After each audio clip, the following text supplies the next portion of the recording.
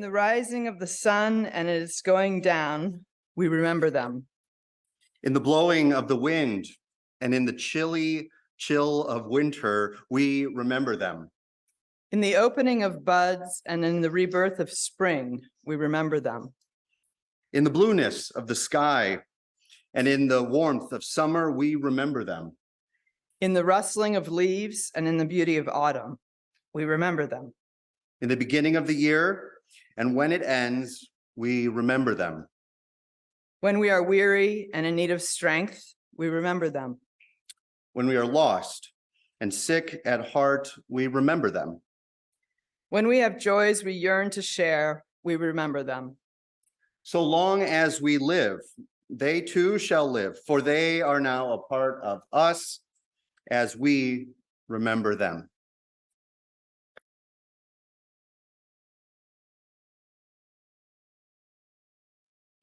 This story really spoke to me because my grandmother was my very best friend too, just like this little girl in the story. This is Ghost Wings by Barbara Josie. There's a place in the Mexican forest where monarch butterflies go in the autumn. Millions arrive to rest in the oyamel fir trees, sip from the nectar in plants, and sun their wings in the sun. In the spring, they begin their journey north. This place is called the Magic Circle. I remember the day the butterflies left.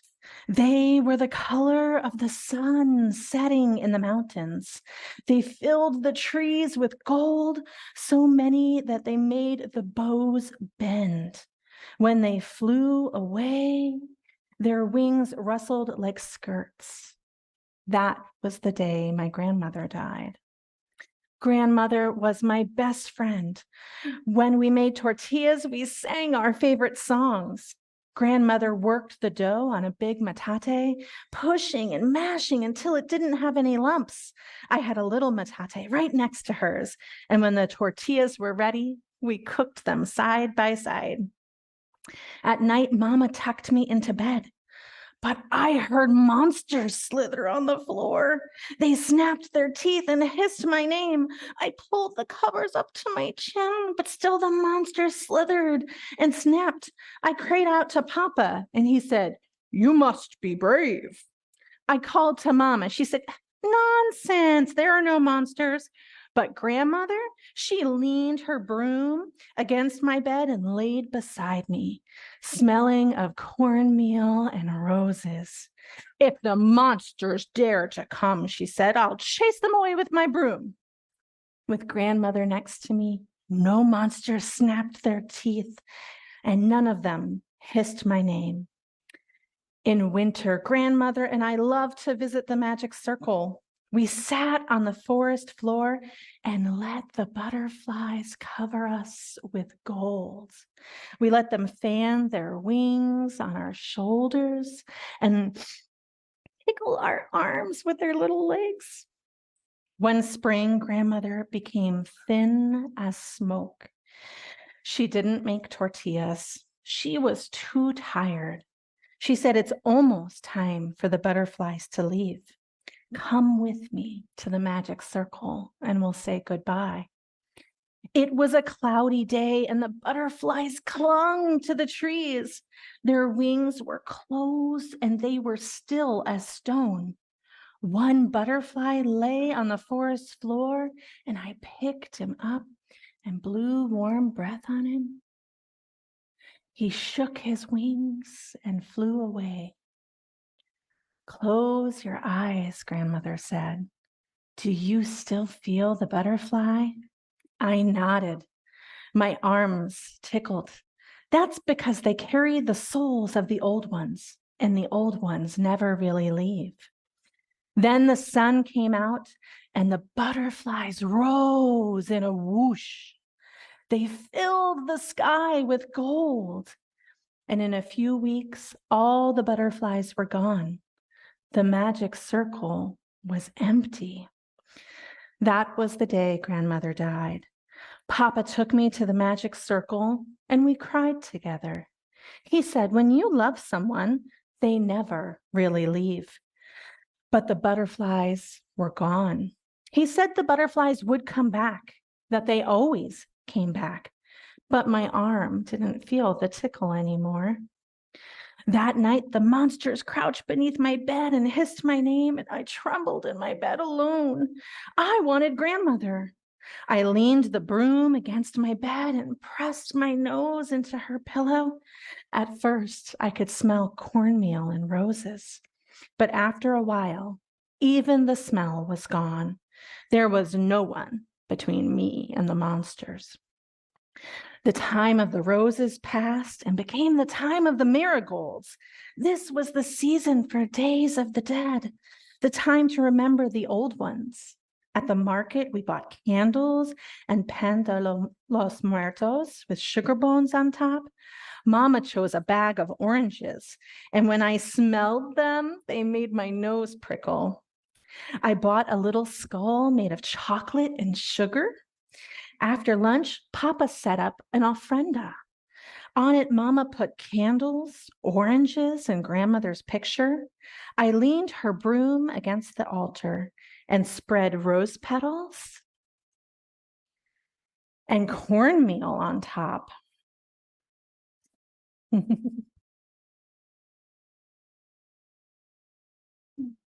When the day was almost gone, the light became thin as smoke. Mama lit the candles, and their flames shook the shadows from the room. Papa said, I remember grandmother. Mama said, I remember that she taught me to cook. I tried to remember grandmother too, but she seemed far away. All night, the candles flickered. I smelled roses and cornmeal as I went to sleep. In the morning, we walked to the cemetery. All the neighbors were there. We cleaned up the graves of old ones. I spread flowers over my grandmother's grave and ate my chocolate and sugar skull. The neighbors filled the cemetery with picnic baskets and flowers, stories and noise. One man sang grandmother's favorite songs. There was a tiny flicker in the sky. Do you know what it was? It's a butterfly. And soon the tombs and crosses were covered in flickering gold. And one of those butterflies landed on my arm. I said, I remember that grandmother was brave. She chased monsters with her broom. I remember how she smelled like cornmeal and roses. She sang songs and made tortillas.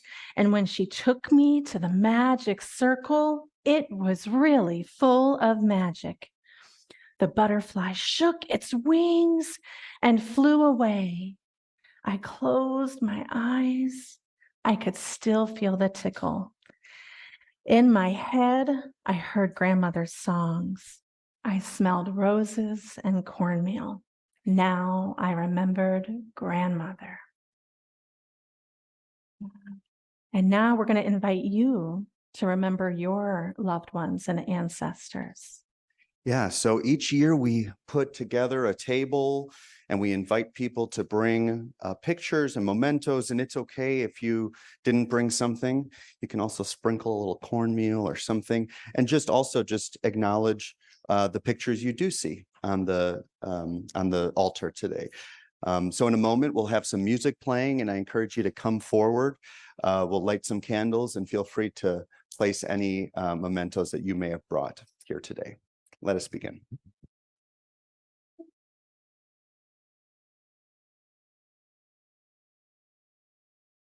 I'm not really a believer in ghosts, as one thinks of them both in the entertainment industry or even perhaps in most people's personal lives.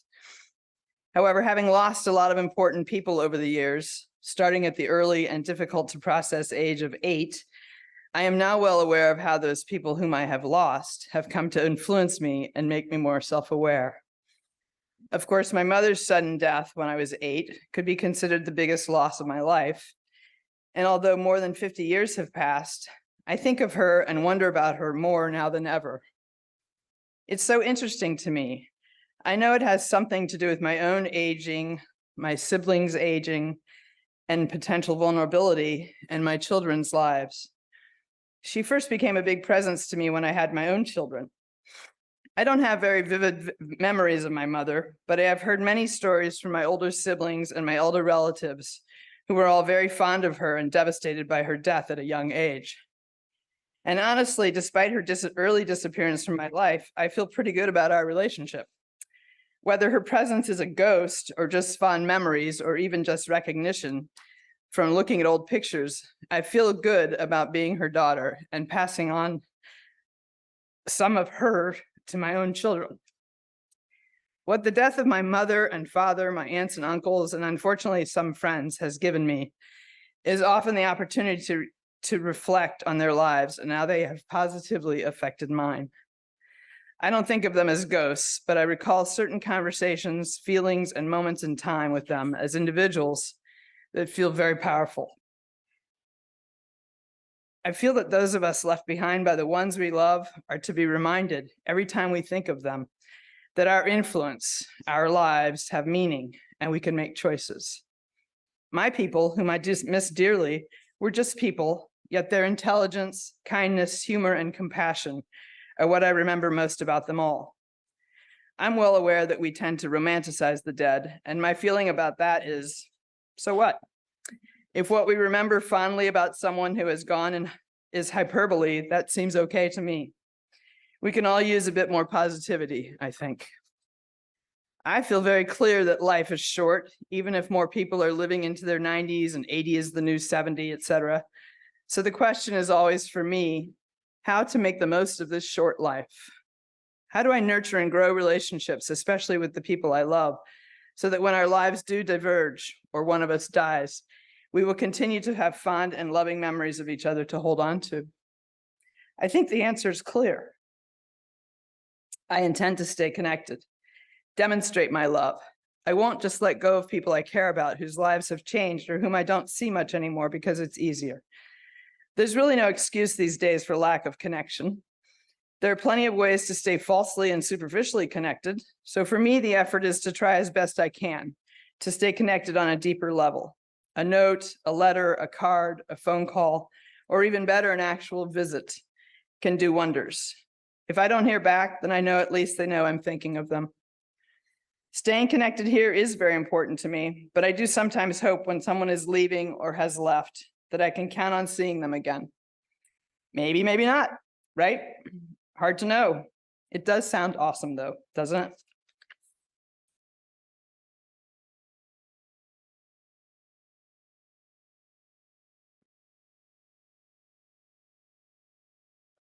We remember James Alexander Thom. I enjoy a good historical novel, especially one that is well researched. One of my favorite stories about American colonial history is Follow the River, the survival saga of Mary Draper Ingalls, who escaped from Shawnee captivity in Kentucky by walking 400 miles across the Appalachian Mountains in 42 days to reach her home in Virginia. The best-selling author of this and 11 other wonderful historical novels is James Alexander Thom, a highly regarded Hoosier. He graduated from Butler University in 1961 with a BA in journalism after serving in the United States Marine Corps. In addition to researching his novels, he taught at Indiana University and was a contributor to the Saturday Evening Post. He married Dark Rain, a member of the Shawnee Nation United Remnant Band. They lived in a log cabin he built near Bloomington. James Alexander Thom died on January 30th this year at the age of 89. We remember Tina Turner. Tina Turner first made an impression on me as a 7th grader riding the bus to school. We would hear Ike and Tina Turner singing Proud Mary almost every day and sing along. I've liked her voice and style ever since. As an adult, I learned about her escape from a seriously abusive husband and her incredible journey to become a powerful singer-songwriter and performer on her own. Tina is truly a legend, but both because of that journey, but also because of her unique voice and style. Tina Turner, born Anna Mae Bullock, was born November 26, 1939 in Brownsville, Tennessee, and died this year on May 24th at her home in Switzerland. She was 83. Tina's singing career started when she joined Ike Turner's band in the 1950s. Although they had several successes, over time, their relationship deteriorated due to Ike's drug abuse and physical abuse of Tina, then his wife. After their divorce, Tina launched her incredible comeback in the early 80s on her own. In 1987, she embarked on the Break Every Rule World Tour, and it became the top grossing female tour of the 1980s. Turner also acted in several films during this time, including Tommy and Mad Max Beyond Thunderdome, also contributing music to the films. Turner sold over 100 million records, received 12 Grammy Awards, a Grammy Lifetime Achievement Award, and 3 Grammy Hall of Fame inductions. She was the first Black artist and woman to be on the cover of Rolling Stone. In 2009, after a 50th anniversary tour and the release of a greatest hits album, Tina retired from performing. In her later years, she moved to Switzerland. She stayed active in music, but did not perform publicly. She died quietly at home last May. Rock on, Tina. We remember Anne Perry. I have spent many happy hours reading the mystery novels of Anne Perry, who died April 10th at age 84 following a stroke. She wrote over 100 novels. I am most familiar with 2 series that she created, both set in Victorian England, in which she highlighted the social ills of the time, especially the unfairness of the class system. Her female characters of all ages tended to be strong, inventive, courageous, and kind. Because she wrote series of stories around the same people, the development of those characters and their relationships with each other added an intriguing dimension to her plots. She also wrote a series of Christmas mysteries and a series set in World War I.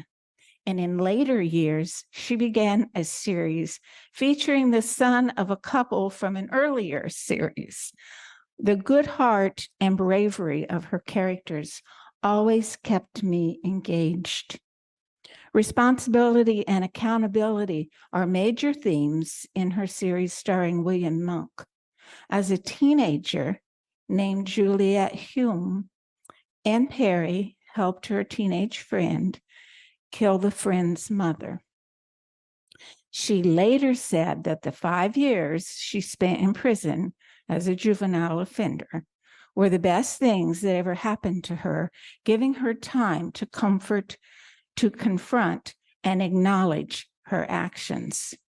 In talking about the character of Monk, she has said, "We are in so many ways the sum of who we have been." I am glad that there was a second chance in the story of her life.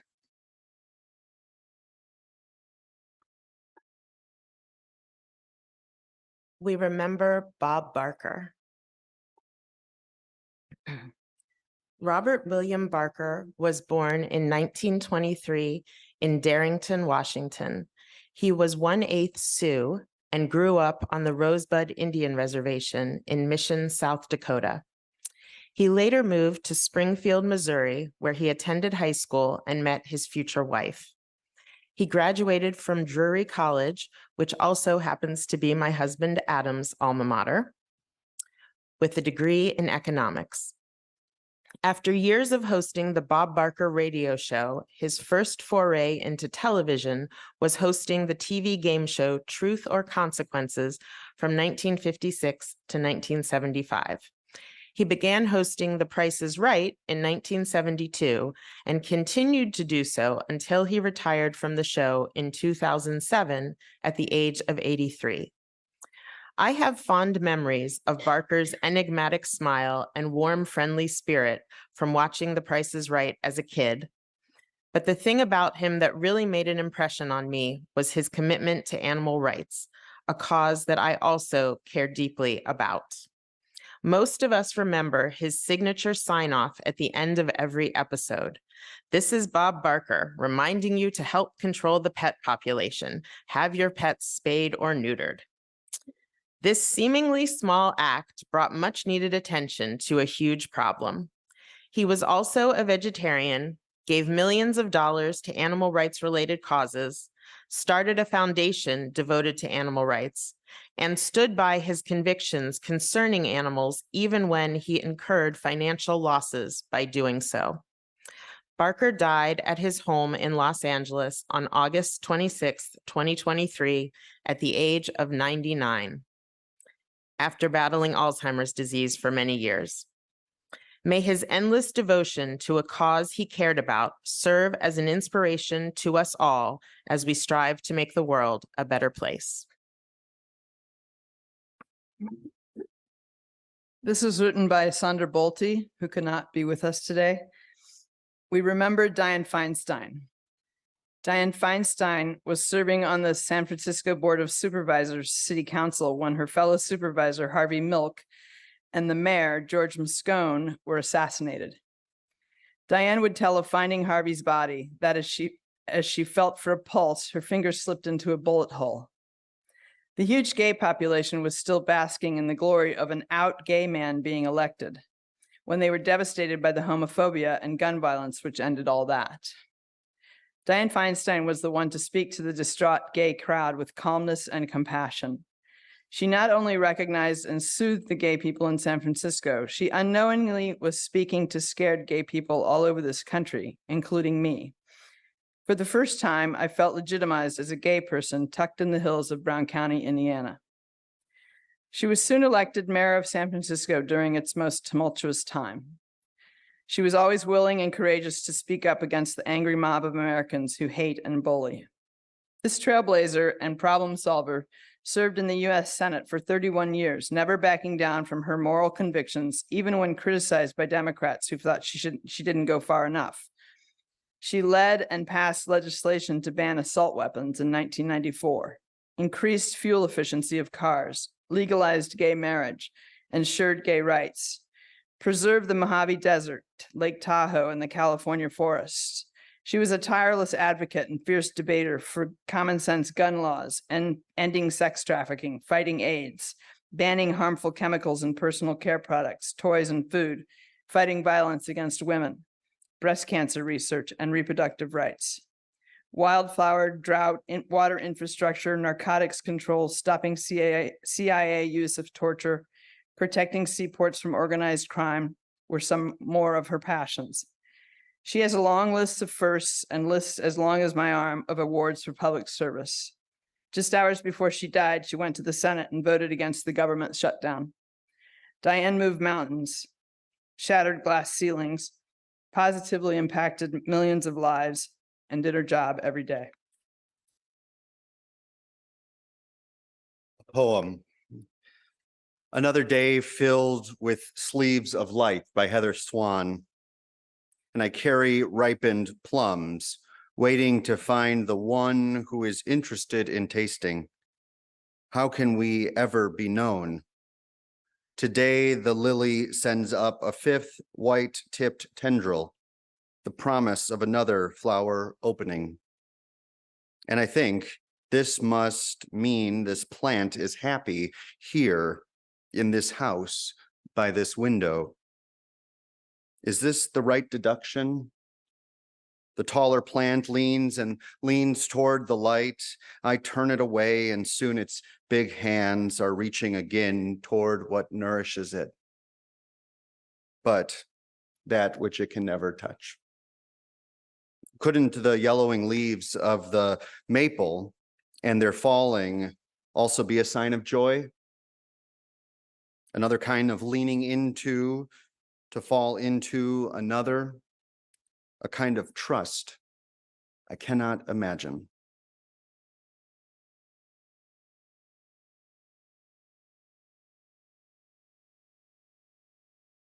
Do you know why we do the eulogies?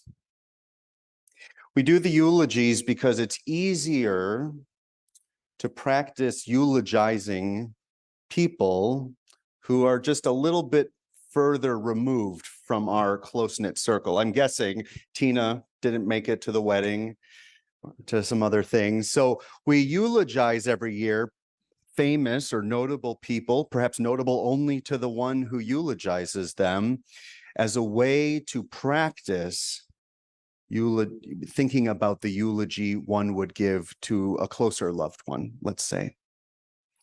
And in a minute or a minute and a half or 2 minutes, it's a lot to do. It's a lot to do. But what the worship associates, Sunday service team associates do every year are go from their heart into a place where they can acknowledge someone who has died and to say, here's something important you should know about this person. And hopefully you learn something. And then what we do is we go broad and we go specific. Sometimes the broad is really hard to wrap our heads around. The millions and millions and millions of people who die every year, from violent deaths to very natural causes. Young people, people of great age. We acknowledge those people in a way to know that we too are connected to all of them, just as the famous people are connected with all of us down here in the kind of the non-famous world. We too die, we too pass away. And so we acknowledge that larger piece of all souls, past and present. And we also recognize that there's people in our lives. And earlier we had people bring up pictures, and I hope this is a reminder of next year to bring your picture if you wish. And we do that as a way to say, we're sitting next to people who have loved someone. We've sitting next to someone who have loved someone who has died. And so we remember them as well. And we also acknowledge people who have died within the congregation, members of the congregation itself. Every year of a congregation this size, typically at least one person is memorialized. And this past year, we've had 3 people who have died that we will remember in a moment. And I think what we do this service each and every year is because we need to acknowledge the elephant in the room at this time of year. This time of year, acknowledging the elephant in the room, whether it's anticipating going to a first Thanksgiving without a parent or without a child, acknowledging the elephant in the room, having inevitable political or religious conversations around conflicts or around legislation, acknowledging that which is in the room isn't just a nice metaphor, the elephant in the room. It's also a way for us to begin exploring relationship with those who have died. The notion of ghosts is not a notion of Casper and the Friendly Ghost or a haunting ghost or any specific notion of ghost. It's more of just an acknowledgement that something is in the room, even if it's the room of your own head and heart. When we begin to acknowledge that perhaps the elephant in the room is a ghost, whether of a person or of a situation, a work environment, something that still brings you some type of heightened emotion, we are able to acknowledge it, invite it in, get a slightly bigger chair for it, and be in a healthier relationship over time. Not every elephant in the room is easy to approach. Not every elephant is perhaps ever approached. But when we acknowledge it, we're able to heal a little bit more because we're no longer living in avoidance. So that's something I hope we practice here at UUCCI. So one of the things we're going to do shortly is to remember each of the 3 people who have died in this past year. And what I'm going to do is I'm going to do something we've done in years past, where I'll hold my hand out, and as my hand passes you, you'll have an opportunity, if you knew this person or not, to lift up some kind of word or feeling or thought. And it'll be a little cacophony, but it's a way to bring into the room the spirit, the elephant, the ghost, the blessing, the angel, the memory of the one who has died. So today we're going to begin with Anne Heron. So as my hand passes you, feel free to lift a word or an adjective or something.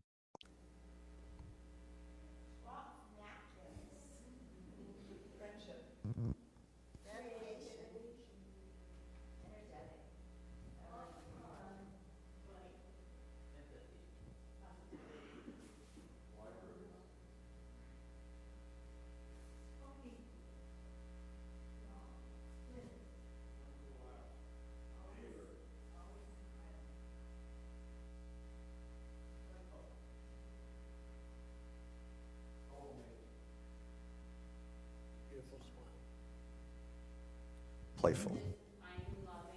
Kind and loving. Thank you. We hold those feelings and we acknowledge those unsaid and those that remain in our hearts as we begin to now remember Tom Hartman.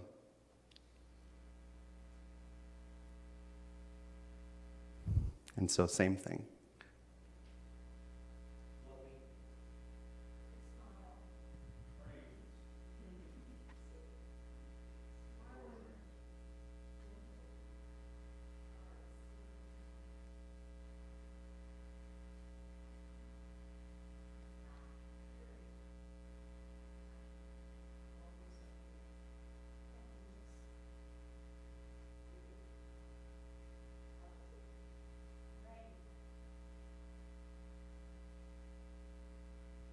So we hold those memories of Tom here today. And we remember one more who passed away this last year since our last service, Pam Alms.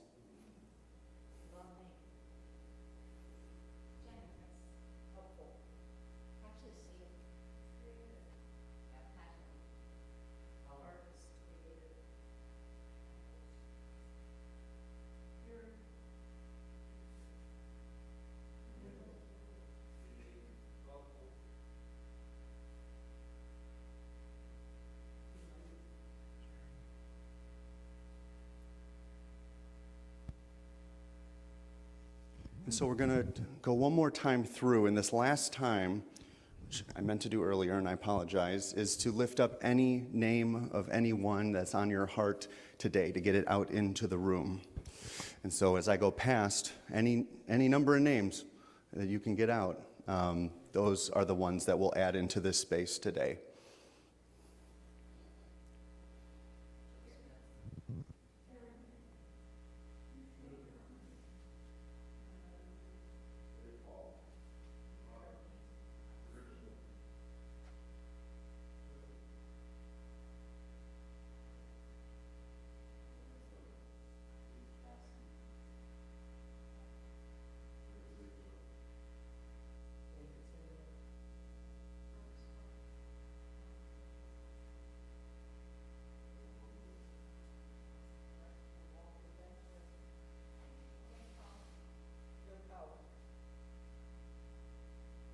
So we honor and hold all of those names, and this candle here is for all those souls, named and unnamed. An opportunity after the service to come up is yours.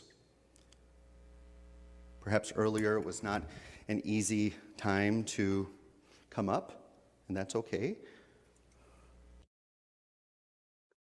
but we acknowledge that all the ways that we come into this world is kind of the same, of the same making and the same meaning, and how we live our lives can be so disparate across culture, and how we die can be so different, and how that happens.